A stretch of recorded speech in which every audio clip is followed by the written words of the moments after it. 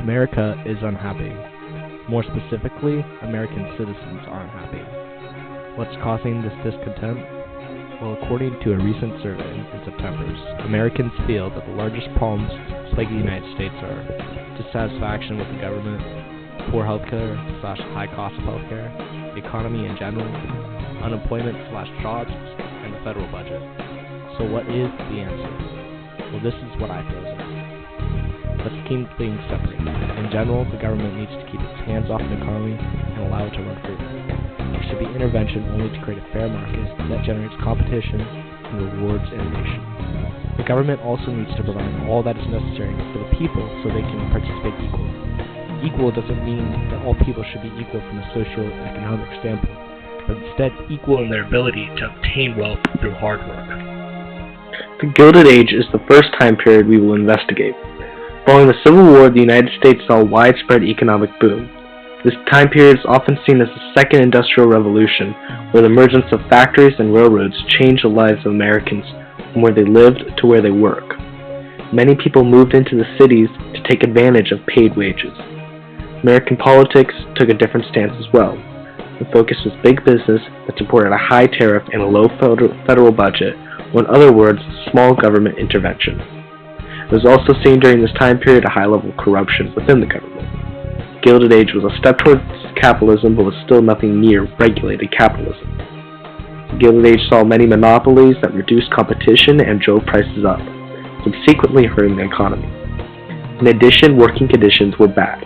Many people died as a result of no regulation of factories.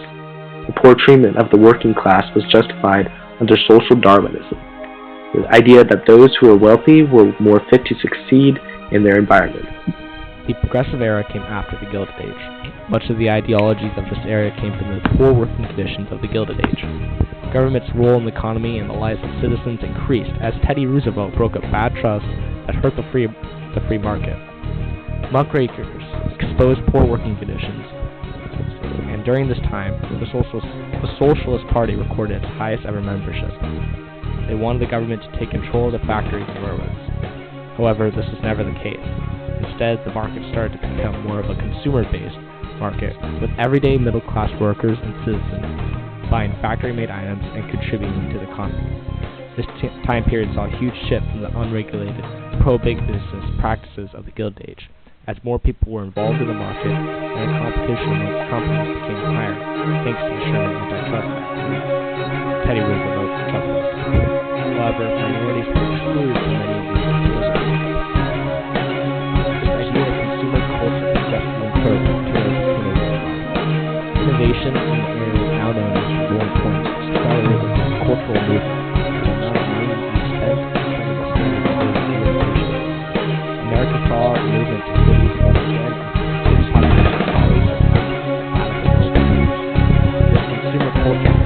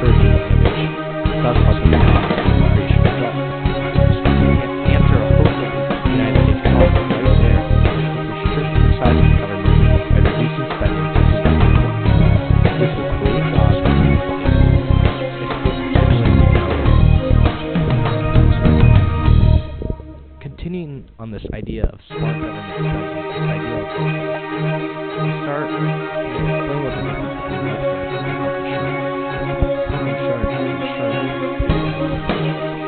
Healthcare is providers they're being provided healthcare patients through insurance. Health insurance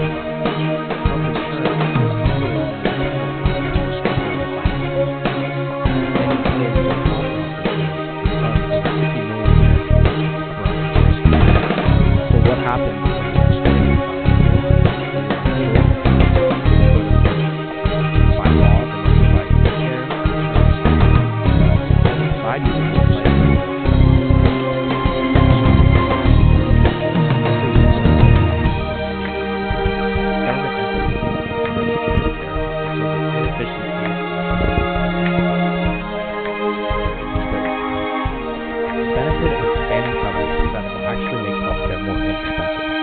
something called preventative health.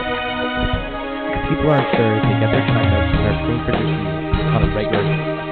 If something occurs, screening is far more easy and cost-effective because it's in its early stages. So the Affordable Care Act, or Obamacare, is effectively making healthcare more inexpensive by attempting to provide preventative care. Caveat says this.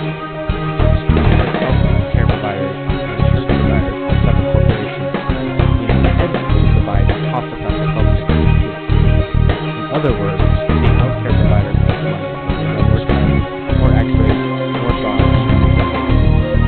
The insurance company ends up paying for this, and the healthcare provider make more money. The government ends up paying because they are paying for Medicare and are actually paying for a good portion of these healthcare costs. Models such as Cited, where they provide both health insurance as well as the care. It takes away this inefficiency